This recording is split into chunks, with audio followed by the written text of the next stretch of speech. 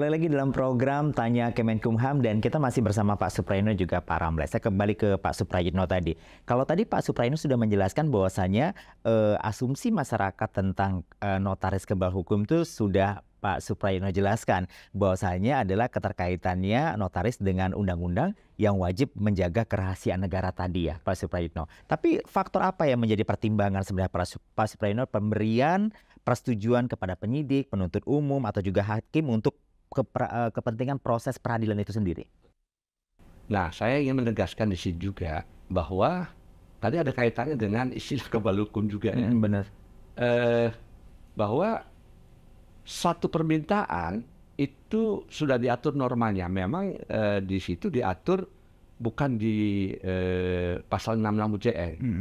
Itu diatur dari Peraturan Menteri Hukum dan HAM RI yang terakhir ada 17 tahun 2021. Nah, tentu MKN ini bukan tidak boleh mengambil kebijakan dalam konteks untuk menentukan bisa atau tidak, disetujui atau tidaknya, itu ada normanya. Itu menurut Permenkumham, itu di pasal 33 ya Permenkum 17 tahun 2021 jelas di sana. Yang pertama, harus ada dugaan tidak pidana di dalam minuta akta atau dokumen-dokumen yang dilekatkan pada minuta akta atau dilekatkan pada protokol notaris. Ada dugaan tidak pidana di sana. Itu yang pertama. Ketika nanti setelah notaris dipanggil dan diperiksa, dicek berkaitan dugaan itu, misalnya terkait akte nomor 15 mengenai katakanlah perubahan agenda dasar PT, yang bersangkutan menyatakan tidak pernah hadir. Misalnya ini contoh, tidak pernah menandatangani, tentu kan dilihat dokumen minuta akta. Di mana letak dugaan tidak pidananya di situ? Apakah berkaitan dengan penyangkalan atau berkaitan dengan orang tidak hadir? Tanggal 15 di akte itu saya berada di Singapura. Kenapa di sini tanda tangan akte 15? Itu kan ada dugaan tidak pidana. Kira-kira seperti itu yang pertama. Yang kedua, adanya penambahan atau pengurangan di dalam minuta akta. Penambahan atau pengurangan yang tidak diketahui atau yang tidak mendapat persetujuan dari para pihak. Ya, ada penambahan atau pengurangan. Yang ketiga, di sana adanya yang ketiga adalah bahwa permintaan itu belum daluarsa menurut ketentuan peraturan perundangan. Kalau sudah lampau waktu tak boleh lagi diproses. Kemudian yang berikutnya adalah berkaitan dengan antidatum. Antidatum itu pemunduran tanggal. Misalnya Pak Jaki itu memberikan orang tua Pak Jaki misalnya memberikan wasiat kepada Pak Jaki tanggal hari ini. Misalnya sekarang tanggal berapa ini? Tanggal 14 ya? Kita bilang 14. Tanggal ini 14. Membuat akte wasiat. Tanggal hari ini. Kebetulan maaf ya, contoh aja ya Pak Jaki ya. Nenek Pak Jaki tadi yang membuat wasiat sudah meninggal 2 bulan yang lalu. Ada akte beliau hadir, membuat akte hadir atau membuat akte dimundurkan karena hadir sudah meninggal 3 bulan yang akan sebelum ini dibuat aktenya. Sehingga itu antidatum.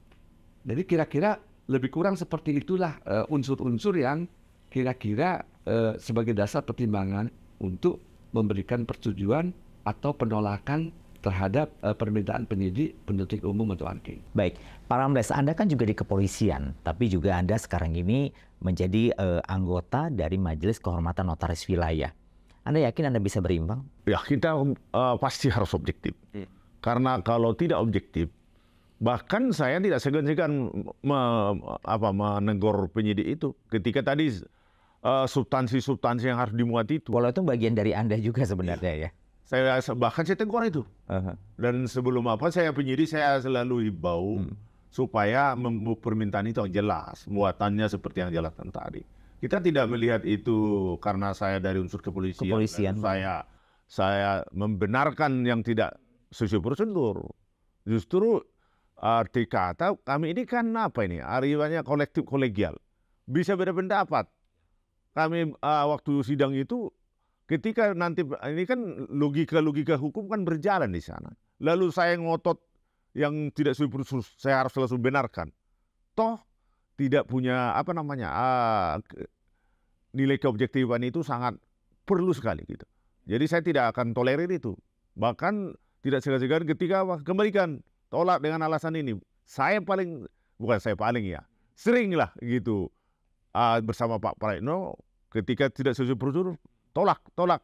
Baik, Pak Ramles, ada ketentuan kalau repot juga tentunya notaris kalau harus terus sering dipanggil setiap ada masalah yang terjadi tentunya. Dan akhirnya ada undang-undang yang baru mungkin ya memang di mana notaris kan tidak boleh juga meninggalkan tempatnya. Jadi pada proses tahapan seperti apa notaris itu baru bisa kita panggil? Jadi notaris itu dipanggil, diperiksa pada tahap penyidikan.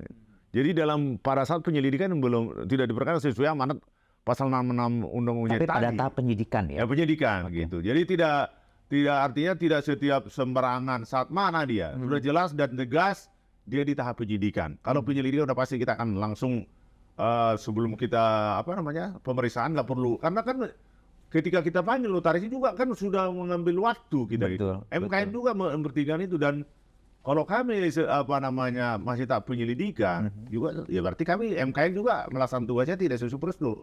Karena amanat undang-undang dia tahap penyidikan ya harus itu. Ketika masuk dalam rangka penyelidikan, udah sekretariat udah langsung kita suruh untuk menolak mengembalikan itu. Itu tanpa berpikir panjang ya. Tidak perlu lagi karena sudah ada undang-undang gitu. Baik, sepertinya cukup tegas sekali ya Pak dan sudah cukup jelas penjelasan tentang Majelis Kehormatan Notaris ini juga seperti apa penjelasan dari Pak Suprayitno tadi berbicara bahwasanya di masyarakat berkembang kalau notaris adalah notaris bagian dari yang kebal hukum, ternyata itu tidak ya. Pak Suprayitno, apa yang bisa menjadi closing statement untuk Anda sebelum kita akhiri? Oke, baik. Bahwa gini, keberadaan MKN ini sesungguhnya adalah suatu lembaga penyeimbang sebenarnya.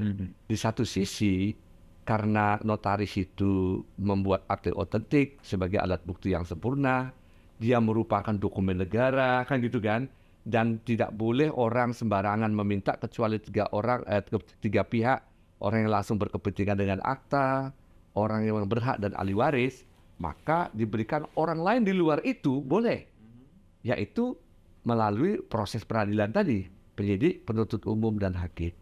Nah, apa yang dilakukan oleh MKN ini sebenarnya dalam rangka equality before the law, ya, menjaga kesamaan orang di dalam hukum. Tadi sudah kata Pak Ramses, apakah kami ini bersifat subjektif? Kebetulan saya dari notaris, Pak Ramses dari kepolisiannya ada kepentingan. Tidak, karena apabila 30 hari kami tidak memberikan persetujuan, dianggap memberikan persetujuan. Oke. 30 hari tidak memberikan keputusan berarti dianggap memberikan persetujuan. Closing statement dari Pak Ramles. Untuk closing statement dari kami ya bahwasanya bahwa notaris itu bukan kebal hukum. Tidak kebal hukum sepanjang tadi memenuhi substansi yang permintaan itu sebagaimana dijelaskan Pak Suprayitno akan diberikan. Jadi masyarakat jangan punya persepsi bahwa notaris itu kebal hukum. Tidak, sebenarnya tidak. Justru kita melindungi notaris dalam konteks melaksanakan tugasnya. Kalau sikit-sikit dipanggil, kapan dia melaksanakan tugasnya? Karena dokumen, akta yang dibuat dia 1 hari itu berapa? Baik. Itu saja kali ya Pak Ramles ya. Pak Ramles terima kasih, Pak Suprayitno juga terima kasih. Terima kasih juga untuk Anda yang menyaksikan kami dalam program Tanya Kemenkumham. Kita harus akhiri kebersamaan kita karena 30 menit waktu kita untuk berbicara hari ini. Dan terima kasih juga Anda yang tetap terus menyaksikan kami dari Metro TV Sumatera Utara. Kami undur diri. Wassalamualaikum warahmatullahi wabarakatuh.